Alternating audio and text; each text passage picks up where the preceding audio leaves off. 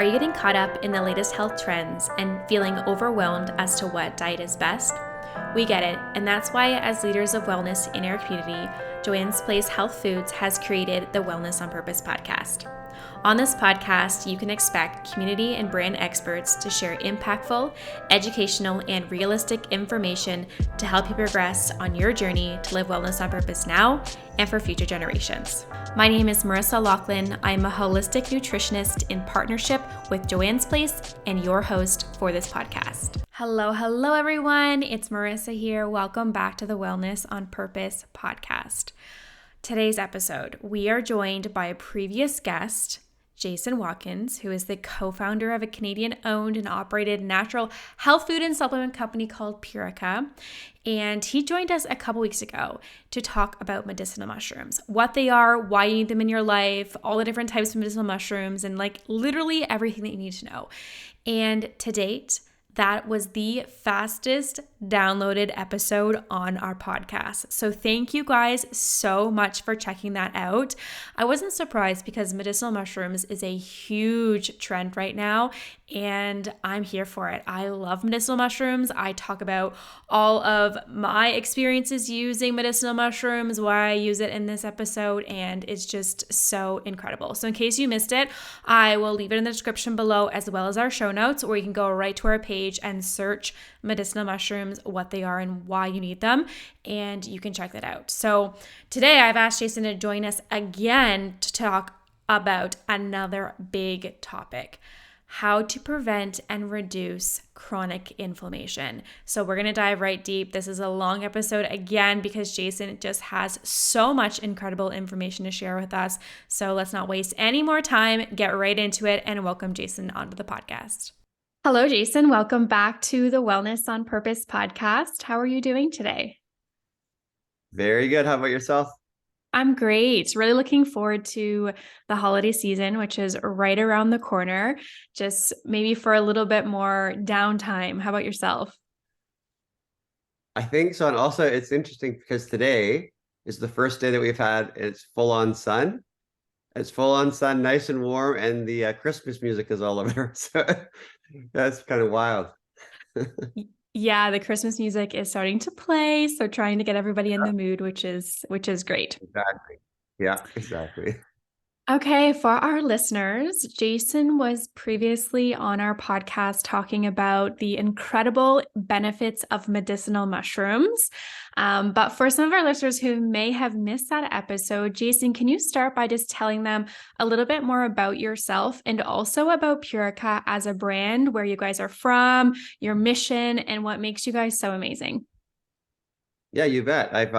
So back in the 80s and 90s, I was in the sciences and specifically in microbiome and biochem, and studied pathology and pharmacology, genetics. And then I switched into an experimental program that was Western medicine taught by medical doctors, but also merged with traditional Chinese medicine. So they were also trained in traditional Chinese medicine. And then from that, I ended up in comparative religion and philosophy for many years. And then the last 13 years formally studying in the curriculum, the Indo-Tibetan tradition, in the scholastic, meditative, and yogic tradition. And in the meantime, was developing products. I was living for a while in Europe, and I was behind the scenes with the Royal Dutch Ballet, Netherlands Dance Theatre, etc., working with anterior cruciate ligament tear, a median cruciate tear, a surgical recovery or injury recovery, and then really got focused on the pathological basis of connective tissue disease. So more what people would refer to as autoimmune type diseases inside the body, outside on the skin. And then it ended up we developed Purica as a company, but it was never supposed to be a company. I had no intention of developing a product or a company. But when we moved back to Canada, we started working with horses. It went into this incredible thing where we were working with vets, and if they had an animal they were going to euthanize, whether it be a horse, a ferret, a dog, cat, to try what we were doing. And that ended up becoming recovery because the results were profound. And then we emerged into working with medicinal mushrooms, which I absolutely love, because in the ancient East, The Tibetans shared that technology with the Chinese, and they pulled it to the top of their medicine because the medicinal mushrooms of different types, they actually improve mind space. So basically, they used it in Tibet with the Burn tradition, the Buddhist tradition, for improving the clarity and calm of the mind, so that when they were doing practices and that, and so long story short, now back to the company Purica, our slogan is mind and body at ease, free and clear. And that is the thrust or the vision of our company, is to basically share that in our product development, our education, our attunement to society as a whole, to try to get you in that space, mind and body at ease, free and clear. And the medicinal mushrooms and pain relief obviously are part of that whole picture. So that's kind of like a picture of, well, a little bit of my background, but also what Purica is really about. Awesome. Thank you for sharing that. And we're going to get into Purica a little bit more in today's episode and talk actually in regards to that product you recommended, the recovery. So we will explore that a little bit more. But before we do, I wanted to just get back to the basics and start with talking about inflammation. We're going to talk a lot about inflammation today, but I think everyone assumes that all inflammation is bad. And that isn't necessarily the case in all situations, because inflammation, it's this essential response that the body is going through to try to modulate and reach area of homeostasis when something is wrong. So say we have a fever or an injury, a paper cut, when we're going through that healing process and trying to get to a state of recovery, we are having an inflammatory response happen and so on from there. But there are definitely some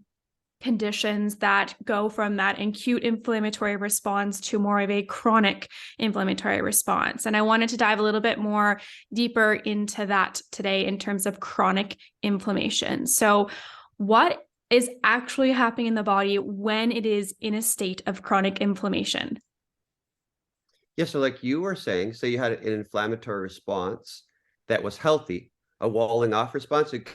I sometimes relate this analogy, if your body was like a mansion with all these different rooms, and this extreme noxious compound came into the air in one of the rooms, the acute inflammatory process healthy would be like closing the rooms of that door really quickly to contain it in that room, so that you can get people in there to vacuum up the air and everything, so it doesn't spread and cause damage and be noxious. So that's kind of like the good immune response. And generally when you're young, you can keep it in one room, so to speak. You can contain it pretty well. The older we get, generally we've let it seep a little bit more. So even our acute healthy response is more pronounced. It might have escaped into 5 or 6 rooms by now by the time we capture it. So that's just kind of a process of aging.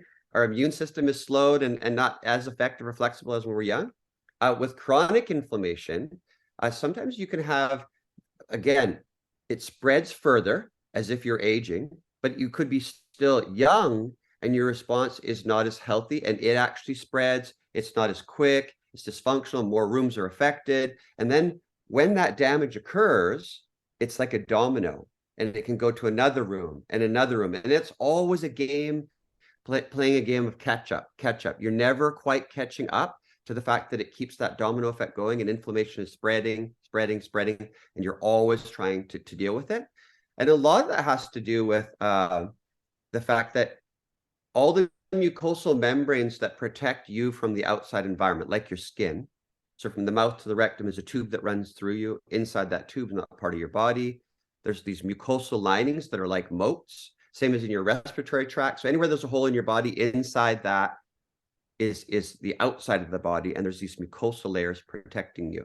When they become dysfunctional, and there's many things that can make those enter into a state of dysfunction, you're constantly absorbing things that your body sees as a threat and is constantly trying to wall them off. And then it's causing inflammatory responses all over the body. So, I mean, these chronic inflammatory responses literally are causing an accelerated aging of your tissues, causing damage to all these other areas you didn't know you had, and then you're never really getting ahead of even old injuries or little things. So it's obviously puts you into a state of psychological turmoil as well. So a lot of these chronic inflammatory conditions obviously come with a state of psychological stress as well. Yeah, absolutely. And I really like that you described that as kind of different rooms. One room would be that acute response to stress. And then as that inflammation spreads, it's going from room to room and getting a little bit deeper. And the thing with inflammation is we can't always see the signs and symptoms that are happening as this inflammation is spreading. I mean, some people can relate to that joint pain or like swelling, things like that, but there is a lot of conditions and symptoms that are a direct reflection of chronic inflammation, but people might not know what those are. So can you share with our listeners what some of those not so obvious symptoms could be? Yeah. So when you're being inundated, like say in that mansion, somebody entered into one of the outer rooms and that was fine. But once they get into the deeper rooms, like you just said, the things that you can start to feel first, for instance, if you pay attention before you generally get sick with something, before you get sick, before you get a sore throat, before you get the fever, before you get whatever, the cough, whatever, is there's generally a state where you feel more tired than normal. And sometimes it's pretty pronounced in some people. They really get it. They feel like laying down in the middle of the day all of a sudden out of nowhere, and then they end up getting sick. So sometimes right off the bat, I just segue for a second. If you do get in touch with that response that your body's having, which is an acute inflammatory response, you're getting ready to basically fight something, and it takes energy, is that you could lay down right away. Sometimes that'll stop you from getting sick. I mean, we can't, it's difficult to do that sometimes, but you could even tell someone if you're working, say, I really need to lay down for a few minutes. Otherwise, I think I might get sick. So that low energy is a big one. And if you have it on a chronic basis, low energy, and that usually comes to with clouded ability to think. So you might feel like your memory's not as good. You're a little bit, just not on today, that kind of thing. These are symptoms that a lot of people have no idea are related to a chronic inflammatory or an acute inflammatory spike. And then obviously anybody with skin conditions, or when you get older, maybe you haven't had skin conditions and all of a sudden you're getting dry skin around, thinner areas of the skin, around your eyes, because that's where the skin is close to the bone, right? It's thinner skin. You can see dryness forming there, or other areas, or your hands are drying, right? Or cracking, things like that. It's a lot of times there's a chronic inflammatory response going on there, especially if it's coming out of nowhere and it doesn't go away. That look for that. Digestive problems are a big one. So if all of a sudden you're just not digesting things, they're staying in your system, and you just feel maybe bloated or crampy, and it's starting to affect your mood, oftentimes that's associated with an inflammatory response. And people don't really necessarily think that that's related because, obviously, like you said, they're thinking about aches and pains that they feel or when they can see inflammation. But inside your body, it's more insidious. You don't necessarily see it. You just feel its effects because it's inhibiting your normal metabolic processes that keep your energy levels and things up and keep your water balanced in homeostasis. So those are some of the things. I think you could probably, I think of other things as well, but I think those are the ones that really hit when I was working in clinic with patients with autoimmune progression. Is that often is the case, is that they feel low energy, changes in their skin's ability to hold moisture, and even sensation drops in sensation instead of hypersensation like you would expect from inflammation. You could actually have drops in sensation because the inflammation in other areas is inhibiting proper innervation and blood flow to other areas, which then can result in numbing and things like in dryness. So many things that aren't necessarily thought of when it comes to inflammation. Yes. And I think when we talk about trying to combat some of those symptoms that you just mentioned, let's go right to skin. I know right now we have people coming in looking for the thickest and most hydrating and moisturizing cream for their psoriasis or eczema or extreme dry skin. And just like a lot of other things, it's just a band-aid approach if we're not getting to that root cause. And, inflammation is something that drives that inflammatory response for so many things. And until we can address that underlying root cause, we're going to be layering on those moisturizers for the rest of the season as well.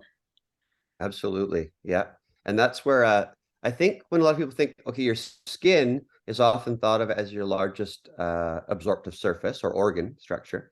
And you can see the size of the skin with your eyes, but inside the body, from the mouth again to the rectum of a healthy adult, inside that space, if you flattened out all the mucosal surface, the epithelial lining, if you flattened out that surface, most adults, it's over the size of a tennis court. So that's a massive absorptive surface that we need to take into consideration, that when we're absorbing things that we shouldn't, it should get caught up in the moat, like a moat around a castle, can't get through it. And then digestive enzymes and everything else break that down, then you absorb it. But if it's getting through the moat, which stress inhibits the moat production. So does too much alcohol, too many non-steroidal anti-inflammatories like aspirin, ibuprofen, which a lot of people take for inflammation. Then you're hyper-absorbing things into your bloodstream, and it's causing a chronic inflammatory load. And when you're thinking about the skin, when there's a chronic inflammatory load on the skin, think about inflammation as creating heat, and heat as being drying. That's the way the ancients talked about it. Heat as being drying. When things are drying, then it literally dries out the skin. And when it's too dry and the pH changes and it's not a healthy boundary, then you're going to get inflammatory responses and rashes and itching. And then things like eczema and psoriasis start to develop. But it's really coming from inside out. And so taking care of that moat structure, which helps support keeping things out that shouldn't get in, including large food particles that you start developing allergies to, is that keep it out, allow your digestive enzymes and everything to do their job. And then when you absorb it in, it's not causing that heat, fire-like response on your skin that's resulting in all of these skin conditions that are very problematic, because anybody that has ever had skin issues, it's difficult to sleep even, right? So there's things that we can talk about that too, with putting MSM sulfur in your bath. Immediately, you can have immediate results with relief of inflammation. I think I mentioned that when you have really severe skin itching, just putting MSM, which is very inexpensive, in your bath, like a half a cup of cup, can change your whole life, because it's such a rapid reduction in the feeling of itching and pain and inflammation. But anyways, inside out, and then yes, topicals as well. Okay, you kind of quickly touched on some lifestyle factors or lifestyle choices that people make that can affect the body in terms of contributing to elevating that inflammation. Like you said, taking medications, alcohol, things like that. But I want to know, what are the top 3 lifestyle choices that you think has the most impact on elevating inflammation?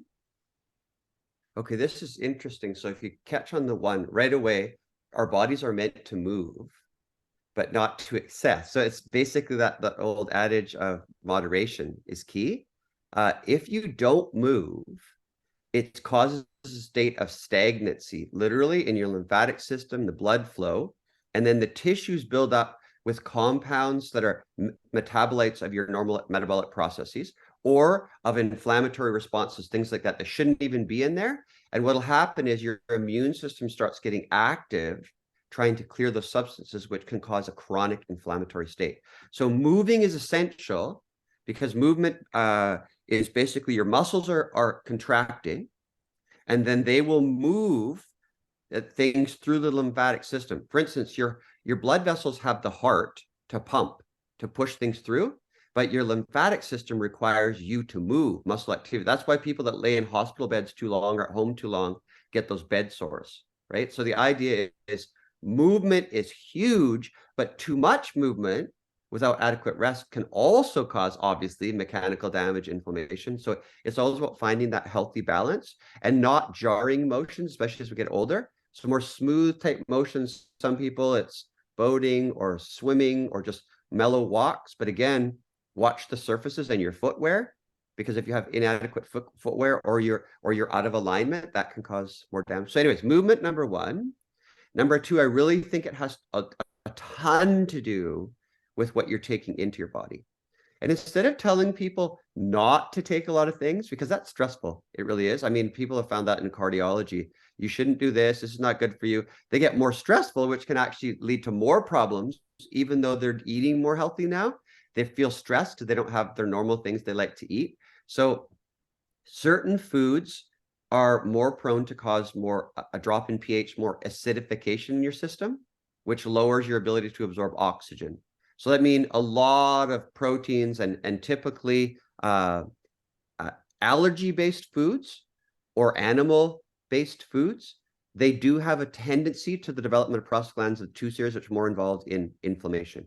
So instead of saying, don't do that, don't eat that, don't do that, I think a much more impressive strategy is to try to get them to add things to their diet or their lifestyle that are pretty simple. Like, okay, here's 2 things that I think are amazing and they're relatively inexpensive or free, is if you add more water. So in other words, when you feel like eating something or feel like, whatever, binging because you're all stressed out, first make yourself drink a couple of glasses of water, big glasses of water, because that'll actually have a filling response. You won't feel like eating as much, and then that's going to be healthy. Secondly, one food that a lot of people eat, basically there's no calorific intake, so there's no guilt. It has a ton of fiber, is celery. I mean, there's other things too, and they take a lot to chew, and it keeps you busy. Like people that smoke, there's always trying to keep you busy, right? Well, celery, if you chew, helps to keep you busy. There's a lot of water content for hydration, and it has a lot of fibers and things in it, which help you get rid of things out of your system that you don't want, and it has a filling response. So, I mean, these are kind of things that I think. So movement is key in moderation. What you take in your diet, again, trying to get people to take things instead of avoid so many things. And then from that, for me, those things start to fall away. For instance, you won't drink maybe as much alcohol if you're starting to do that, or eat certain foods that you know are problematic for you. And it's oftentimes, this is a key one, I think. What I've learned over all these decades in this industry is we tend to have a lot of love for foods and drinks and different things like that actually cause us problems. I call them our hammock response. They get us into feeling good for a while, but then we feel bad about them. And the more we do something through our life, as we get older, when our moats and tissues are not as effective, we can start to absorb compounds from those things that we normally have done our whole life in larger quantities that we shouldn't, because we should have broken them down with digestive enzymes and things like that. But now they're getting through our moat and into our blood vessels. We start developing allergies and insensitivities to those same things. And the more we do something, the more likely we are to develop those sensitivities. People don't want to believe it, though, because say, I've never had a problem with milk, or I've never had a problem with soy. And all. Well, yeah, but now you do. So it's basically, I think that's a key. And then some really strong inflammatory promoters, though, for sure, would be excessive alcohol or excessive even caffeine when it's too excessive, because that's very drying. It's so anything that's a dehydrant, very drying. Alcohol dehydrates. Excessive coffee dehydrates. The non-steroidal anti-inflammatories like aspirin, ibuprofen, ribaxacet, naproxen, things like that people take on an ongoing basis when they have inflammation is very dehydrating. So it's actually accelerating the underlying condition while feeling like you're getting results right then and now. That's why you generally have to take more and more and more of that same thing as a palliative mechanism, which you talked about earlier.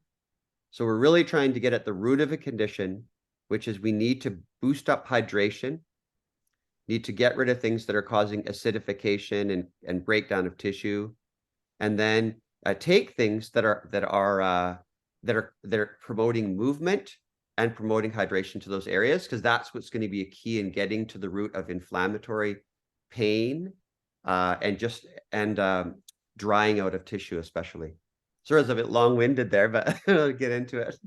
No, those are all 3 really important things to cover. And I'm sure our listeners are probably thinking, oh my goodness, I use aspirin, I use Tylenol, I use all of those things to help support or try to reduce, we'll say, Band-Aid approach to my inflammation. But don't stress, because we're going to talk about some action steps and products that you could use to support inflammation. But before we get there, I wanted to circle back to the stress that you mentioned about, telling people to take things out of their diet or do unrealistic changes to their diet. It increases stress and things from that. So I want to talk about the connection between stress and inflammation. What impact do they have on each other? And does one come before the other? Or what would you say in terms of this connection between the two? Yeah, so even in modern medicine now, for many years, they've accepted the idea that inflammation is the root of basically almost every condition, osteoporosis included, or problems with hormone levels, skin conditions. Obviously, chronic inflammatory conditions is easy. Diabetes, osteoporosis, osteopenia. So it's just like, what is going on there? We know that inflammation is underneath that. And so we need to deal with inflammation for success of almost any condition, including obviously cardiovascular disease with damage to the lining of the blood vessels. But inflammation doesn't just come from nowhere. Something has to provoke that response. And that typically right under that, there's this three-stage process. Underneath the condition is inflammation, number one. That's the most superficial part to deal with outside of just the symptom. And number two, underneath inflammation is catabolism or damage, breakdown of tissue, infiltration of things into the system that shouldn't, causing breakdown, resulting in inflammatory process. But underneath the damage again, where it's not coming from nowhere, underneath that is physiological and psychological stressors. So your body interprets physiological and psychological stressors in very similar ways and invokes a response that's to do with fight, flight, freeze, or fawn. Fawning is faking. Freezing is basically being overwhelmed. But your whole body gets tensed up and you're in a kind of inauthentic or out of the place state where you're in defense mode. And when you're in that state, blood sugar shoots up really high. Your body starts breaking itself down for fuel for that sugar and everything else. And it inhibits absorption, assimilation of everything else, inhibits your immune system. Your whole body's basically invoked for survival right here, right now. So nothing else is very important.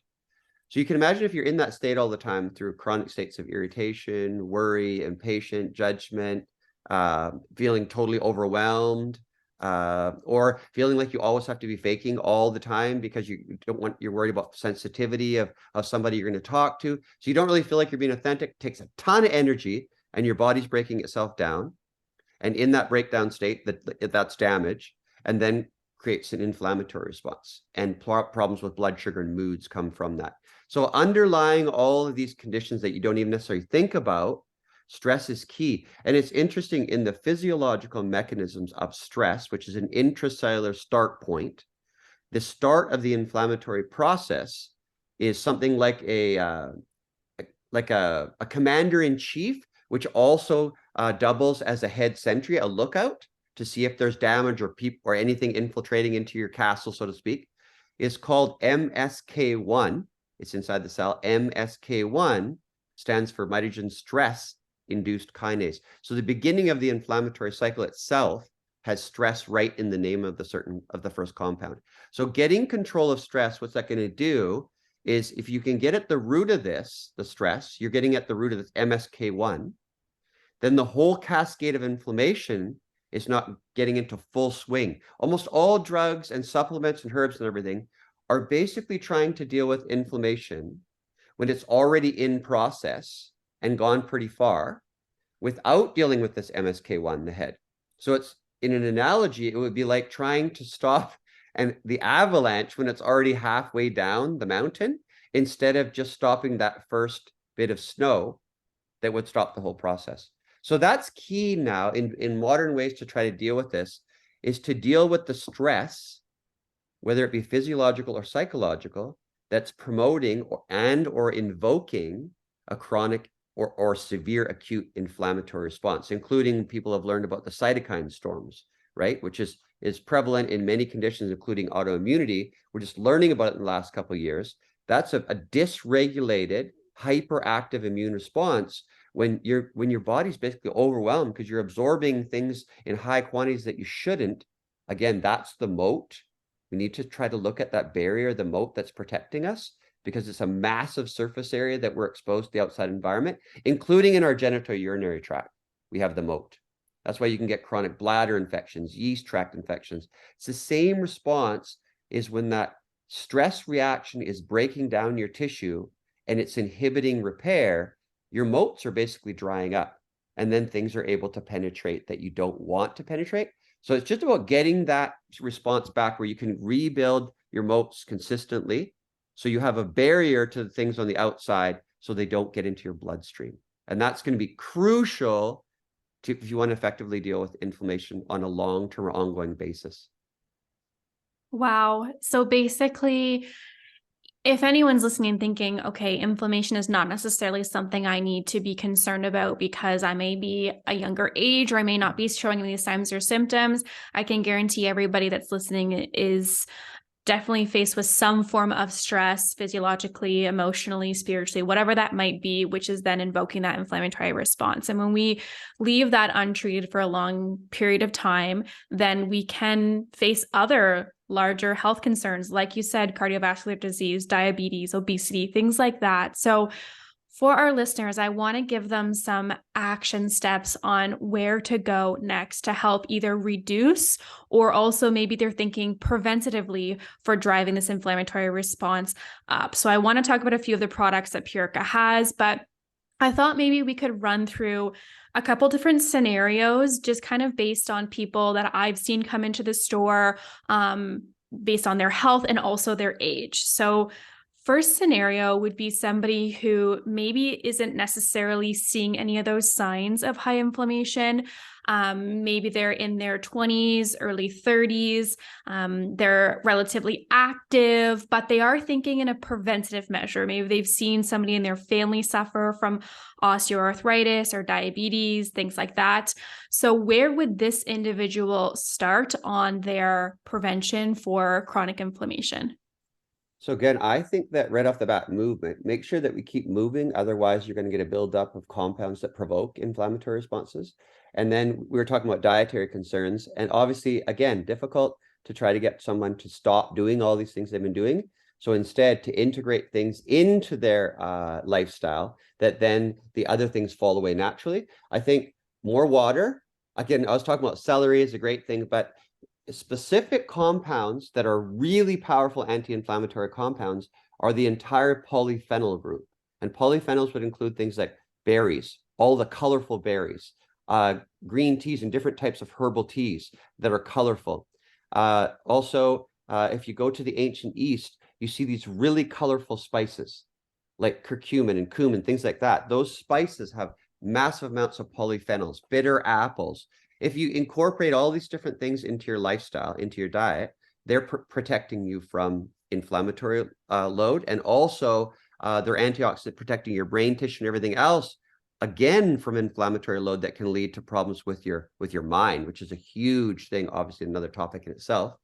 And then polysaccharides, things from medicinal mushrooms, that's why you use them, can keep your stress load down, but they're also super healthy foods. So things like lion's mane, shiitake, reishi, you can find those in the stores, and you can start incorporating them into your diet. For us, we manufacture those products. We can talk about that in a bit, because obviously getting those things in your lifestyle, and maybe you don't like the taste of some of those things, but also the price of everything is going up so extensively, and the difficulty of finding those things. So we actually produce products that you can take, like the Recovery and Recovery 3.0, that have high levels of these compounds in them, but also have a really rapid reduction of inflammation, so you can feel it. Okay. So for that person then, I know in our previous episode, we talked a lot about medicinal mushrooms, and for our listeners, if you haven't listened to that episode, I really, really recommend it. I'll leave the link in the description below, but we talked a lot about the Complete 360 and how that product is very well rounded in terms of adaptogenic herbs as well as medicinal mushrooms. So for this individual in particular, do you recommend them to go that route to target their stress, or do you recommend going right to the recovery products that Purica makes? I think, like nip it in the bud. The quicker that you can catch the stress response, which is a habitual response of protection, right? We develop it really early. So by that 20, 30-year-old age, we've already developed a ton of habits that are not necessarily very good. And people think of instinct, of things you learn to protect yourself in many ways. But over time, you see that a lot of things, they don't work that well. And it's more like developing these habitual ways of reacting when you're in tense modes, right? And you react, which are more or less, you feel like you only have that old saying, if you only have a hammer in your toolkit, everything looks like a nail. So you basically try the same tendencies over and over because it's easy for you. You already have them as a natural response. And then it develops more stress and more things happen because they're not working that well. And then you build up all these inflammatory processes in your body. So the Complete 360, we gave it away for a year and a half before we even applied for the natural product number, which then goes through its whole process through the government and Health Canada, was to see how it would affect clinicians and people in the store's responses to dealing with stress. And it was fascinating because that was the product. My favorite product that I developed was it was basically the consensus kind of response was they've never taken anything that made them feel that way. And what they meant was they say it's much more calm and much more clear-minded, which is the parasympathetic response, which we don't have time for today. It's in that episode that we talked about.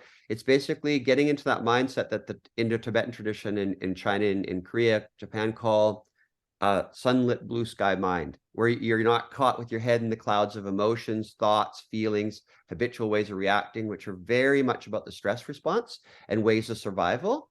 Instead, you're more in that deep creative mode when you feel totally at peace, relaxed, timeless state. That state's ideal for a healing. It's called a rest, digest, and heal. It's the opposite of the fight or flight response.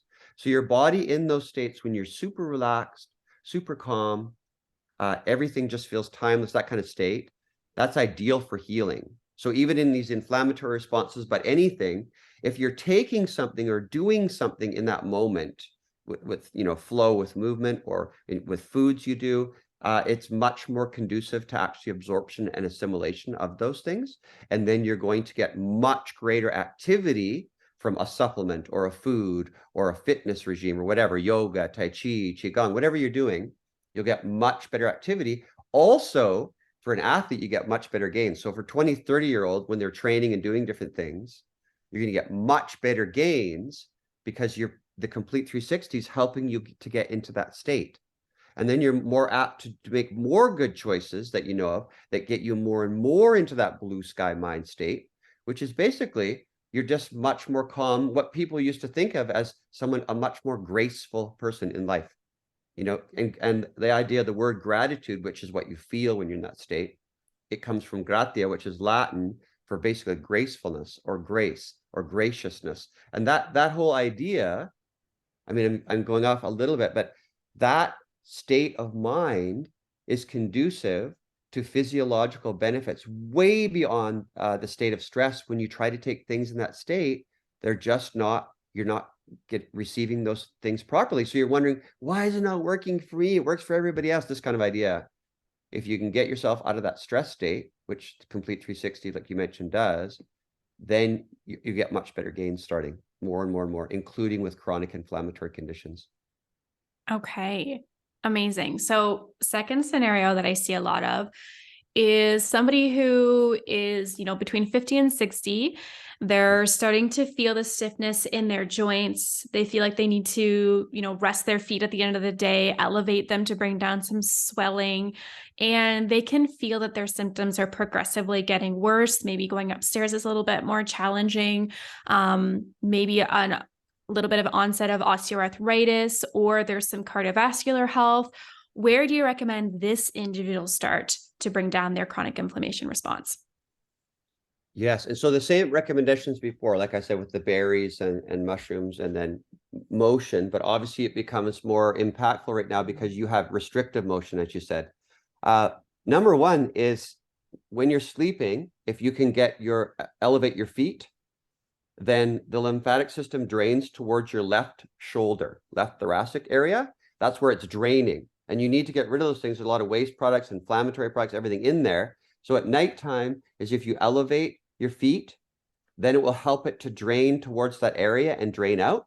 And what does that mean? It means that you can wake up in the morning when you used to be quite stiff, and then it's already a hard thing to crack through the day, is that you're already starting in a better state right off the bat.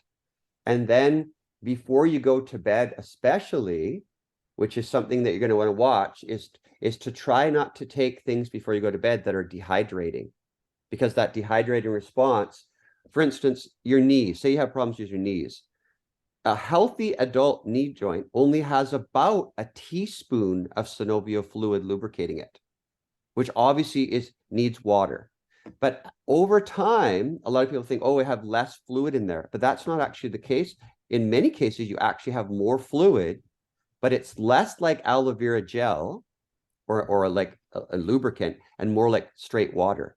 So it'd be like your knee joints would be like two metal bars. And if you put a tiny bit of water between them and keep rubbing them, the friction will wear and tear and start breaking off. And that'll cause a lot of heat. Whereas if you put a little bit of a thin layer of oil there, or fluid, like a gel-like fluid, they'll slide back and forth in each other, no problem. So that's what you want. You want to make sure you're getting proper hydration, but also the compounds that are needed to manufacture that gel-like structure. And so the gel-like structure comes back to this. The more the damage that's occurring, the less the gel-like structure, because your body's constantly in a state of catch-up and compromising. So what you're trying to do is to restrict or inhibit the amount of actual breakdown so that you get more production of things that is healthy, like the gel-like compounds, instead of trying to take a whole bunch of things that make that gel-like. So what does that mean? It's, again, moderation in exercise. Don't overdo things, obviously. I mean, these are common sense approaches too, but don't overdo things in areas where you have a problem. Secondly, when you've already got injury, you're obviously going to develop compensatory damage on the other joints that are taking the load for you, restricting the movement of that joint. And then it goes to the next joint, and so on and so on and so on. So nighttime elevation, moderation of movement, and then obviously the polyphenols, like I said, the colorful foods and hydration and trying to inhibit dehydrants. But then that's an area right away that I would integrate the recovery or the recovery 3.0, either product, into that person, because they're already at a state where there is degradation. And this is going to protect those areas and encourage the rebuilding of the tissue in those areas, but also getting right at the root of the inflammatory process. Okay, and then just between recovery and recovery 3.0, what is the difference between these two products?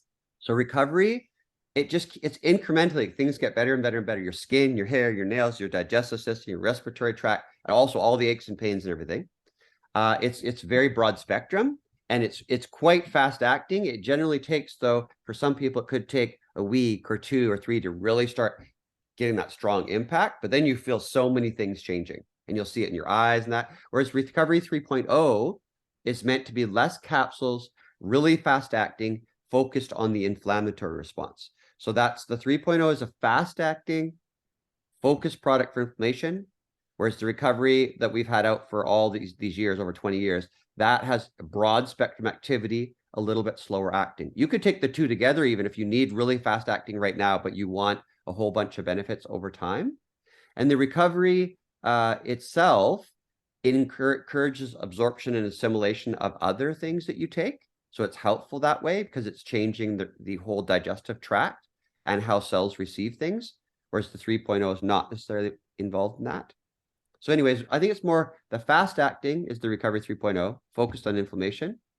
And then the recovery has many other benefits, but it takes a little bit longer to act. And having said that, again, you can integrate the two together for a couple of weeks and then just shift to the recovery, or you might just want to stay with the 3.0. It has many anti-inflammatory benefits. Okay, so for listeners, I think it's really good to gauge where you're at in your journey in terms of how much additional support you need. So if you're not willing to change any lifestyle habits, maybe going to the Recovery 3.0 to get that relief a little bit quicker. If maybe you do have the ability to change some of those habits and introduce more of those polyphenols and get movement going, you might be okay to start with the recovery. And then if you need to, you can always bump it up to the 3.0, correct? Perfect. Yes. And you just reminded me of something. I think that one food that is amazing for the fats and everything else and the gel-like quality for your gut are chia seeds. So if you can add chia seeds to almost anything, they have so many different health benefits. Like I said, to soothe the gut if you don't have enough mucosal surface, but also providing you essential fats, which are about lubrication and anti-inflammatory benefits. I think that's a great food to add as well. Good. Chia is also so easy. Like people will say, I hate the texture. It's slimy, but just it's so tasteless. If you can just Yep, get over the texture, it's a good nutrient for sure. exactly. I had a question in regards to chronic inflammatory conditions that are more autoimmune focused. So MS, lupus, all of those lifestyle recommendations you suggested would be great. But in terms of supplementation for, recovery, complete 360, those products we talked about, is there anything you'd recommend that these people in particular take instead, or is it still good to use these products as well? Yeah, so if I had, for instance, when we talk about autoimmune diseases, that's what my research way back when was in the pathological basis of connective tissue disorders, which is a more appropriate name, but it's commonly called autoimmune. Things like systemic lupus, discoid lupus, rheumatoid arthritis, MS, eczema, psoriasis, polyarthritis, polymyalgia. There's so many different conditions, Crohn's disease, that are related. It's just that we have a certain weakness maybe, but they have very similar underlying principles. And if I had any of those conditions, what I've seen over the last 25 years with the products that we have, with the results, I would be taking the recovery or the 3.0, depending on the activity like you were talking about last, and lifestyle factors, how many you're willing to integrate or change. The recovery or the recovery 3.0 plus the complete 360. They each come in a powdered form except for 3.0. So you can integrate those into your lifestyle. The powder forms are less expensive too, into soup mixes or hot teas or smoothies or salad dressings or whatever soups. They what happens is you can monitor a blood score called, you can ask for this, or if you have an autoimmune disease, they might already be doing this, which is called ESR, erythrocyte sedimentation rate. Erythrocyte is a red blood cell. So they take your blood out and they spin it basically, and then to see how much it clumps and how thickly it clumps, simplifying it. That indicates how much chronic inflammatory load you have if you do those 2 or 3 times, like for 2 or 3 months. You can see the baseline of where you are at right now. Even if you had chronic tendinosis or bursitis or whatever, you're going to have a chronic underlying inflammatory load. But a lot of people don't know they have inflammation because it's internal. They just think it's other problems, like I have headaches all the time, or have a gut problem, or my skin is problematic, or whatever. You don't even, or I have stiffness here and there. That you can see your underlying baseline ESR. And so when you take those 2 products, the recovery and the complete 360, you can see not only the way you feel, but you can see it in a baseline objective score, ESR, which, like I said, the doctor will recommend that already if it is already known that it's chronic inflammation, or you can request that, in which case you probably have to pay for that, unless you have a good doctor that says, yeah, I can do that. But it's not that expensive. And it also gives you a baseline, right, to work with. Then you can see, okay, here I am. And then whatever things you do in your diet differently, then you can see how it's affecting your baseline objective ESR score. But also you're going to see it in the way you feel, or in how much fluid retention you have in certain areas, right? Or how much dryness you have in your skin, like I was talking about. You'll see it. So that's the ones I would do is recovery. If I had something, I would do recovery and complete 360. Plus, for many, many different things, psychologically and physically, that combo is literally amazing. I know this is obviously, I'm with Purica, but I've never seen anything like it. And once you do that, it's much more encouraging on anything else you want to do, to see that you're getting results physically and psychologically that are really impactful, not just, oh yeah, maybe I'm seeing a little bit different. No, it's not like that. It's pretty dramatic. Yeah, that's great. And I talked about on the previous episode how I use Complete 360. I have for years. I love it. I put it in my coffee every morning. It's my favorite product. But I also wanted to quickly talk about my experience using recovery for my dogs, because there's also a recovery dog line as well. And that's really where this product started, was for animals. So can you just quickly touch on the recovery for pets, and maybe who would want to start to add this into their pets regime? Yes, so we have the two products, the Recovery Pet, which is very similar to the human product. It's been out for 20 years.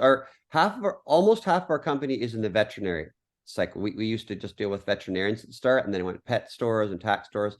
But there's no placebo in an animal, and you give it to them faithfully typically, whereas people, I don't feel like taking it today, or I forgot this, or I'm out of stress all today. Animals are pretty, focused, same routine. So you see the results. They're very impressive. Not just, oh yeah, they're out of pain, whatever. What we were seeing for all these years, almost 20 something years, was animals, like I said, that were going to be euthanized, that not only did it get out of the pain cycles or whatever was problematic, but acting like young animals again. So we don't really have to do any marketing or anything for these products that keep selling. I think the pet product is number 3 product in our whole company with almost zero marketing just because of results, right? And so any animal, even a vet breeder was giving it to beta fish, so Siamese fighting fish, all the way up to Barnum and Bailey Circus, putting it on their retired elephants with severe arthritis. So, and dolphins, giraffes, any animal you can think of in captivity has been on Recovery that we give to parrot rescues so they can grow their feathers back, say when they've been all itchy.